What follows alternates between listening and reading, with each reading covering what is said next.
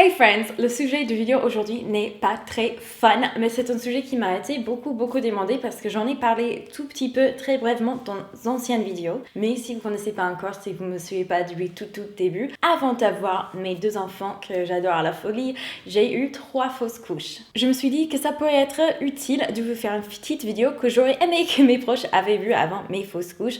Et ce sont les choses à ne pas dire à une femme qui vient de faire une fausse couche justement. Avant de me lancer, petite anecdote. Moi, j'ai travaillé à l'époque, on était vachement sous-effectif, donc quand j'ai dû me faire opérer pour la première fois, j'ai su seulement le jour avant l'opération et du coup, j'ai dû appeler mon boss et lui expliquer pourquoi je ne serais pas au boulot le lendemain, sachant qu'on était déjà sous-effectif et ça lui vraiment mettrait dans le caca. Du coup, je lui ai expliqué brièvement ce qui m'est arrivé et je pensais, évidemment, je n'avais pas besoin de dire que c'était secret ou quoi, parce que les secrets médicaux, c'est une évidence, on va pas dire non. J'arrive au travail quelques jours plus tard et elle avait annoncé ma fausse couche à toute l'équipe, même les personnes auxquelles j'aurais jamais en parlé, j'en avais pas envie d'en parler. Je tenais à vous faire cette vidéo ce mois-ci parce que mon premier bébé, il aurait dû avoir 4 mois ce mois-ci, le mois de juin. J'y pense chaque année en juin, c'est quelque chose qui va jamais me quitter. Même pour beaucoup de personnes, surtout les personnes qui l'ont pas vécu, une fausse couche, on sait rien du tout.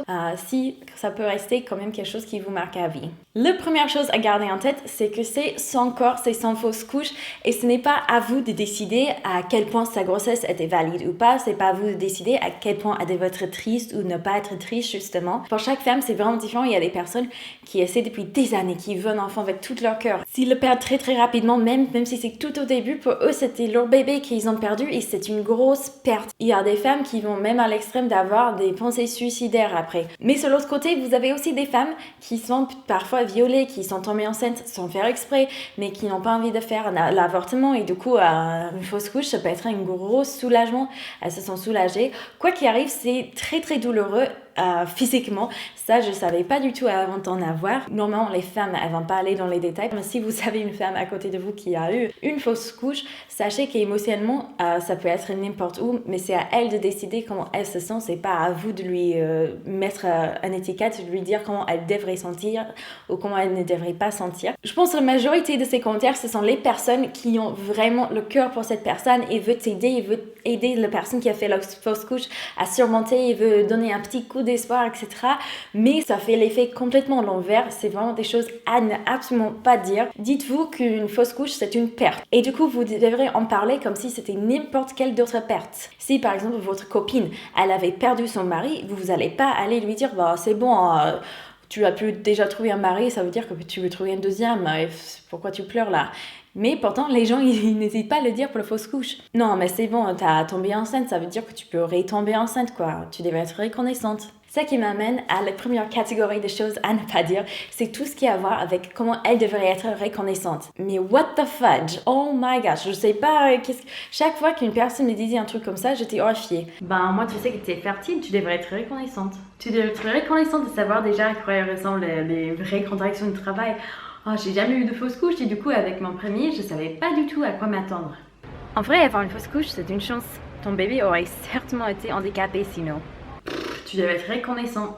T'as eu que 2, parce que ma grand-mère, elle en a eu 10. Donc dis-toi, tu pourrais être que sur le deuxième, il te reste encore peut-être 8, hein. On sait jamais.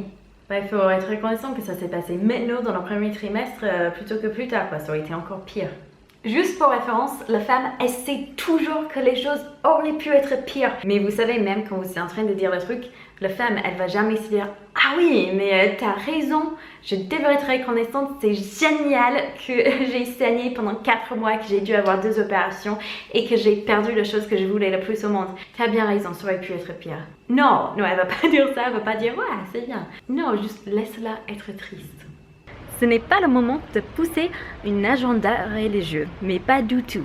Peut-être Dieu, justement, il pense pas que tu es prête pour être maman. C'est un signe qu'il faut attendre, il faut être plus patiente. J'avais justement posé la question à mon prêtre parce que comme quelque chose comme ça pourrait arriver dans la vie, mais il m'a bien rassuré.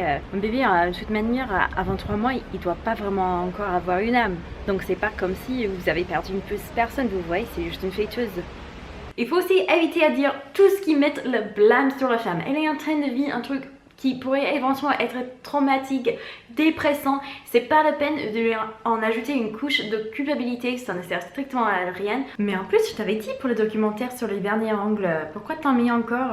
Après, faut pas venir se plaindre, hein. Mais t'es sûr, c'est pas quelque chose que t'as mangé, je veux dire, avec Noël et tout, peut-être le foie gras ou le saumon fumé? T'es sûr que t'as pas mangé de saumon fumé? Bon, après, t'aimes bien jouer avec le maquillage, on sait tous qu'il y a plein de bêtises là-dedans. Mais de toute façon, tu manges pas assez de légumes. T'as pensé à voir si tu devrais ajouter un peu plus de fruits, l'acide folique, peut-être c'est pour ça hein, que ça n'a pas marché. Oui, mais t'as quand même bu du café pendant la grossesse, hein. Je sais, bon, après c'est des 40 verres par jour, mais ils vous disent de minimiser un maximum, là tu aurais pu faire plus d'efforts. Si c'était aussi facile de faire évacuer une grossesse, on n'aurait jamais légalisé l'avortement parce qu'il suffira de boire un peu trop de café, d'être un peu trop stressé, etc. Et bam, les choses seront arrangées. Mais non, évidemment, ça marche pas comme ça. Scientifiquement, c'est juste faux, tout simplement, et ça aide pas. J'espère que cette petite vidéo vous aura été utile. Si vous avez une proche qui passe par là, sachez que tout ce qu'elle a besoin, c'est quelqu'un qui l'écoute. Peut-être elle n'a même pas besoin d'en parler, peut-être si vous ne savez pas, mais elle n'a pas besoin de leçon morale, c'est vraiment pas le moment.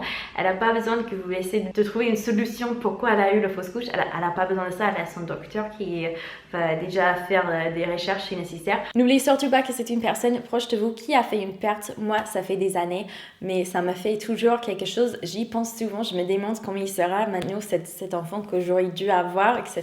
J'ai 2 autres enfants qui sont géniaux, mais ils n'ont pas remplacé le vide. Ça reste quand même une perte. Je me pose toujours des questions, je me demande toujours comment il aurait été, etc. Je vous fais des très gros bisous et on se parlera à très vite. Ciao!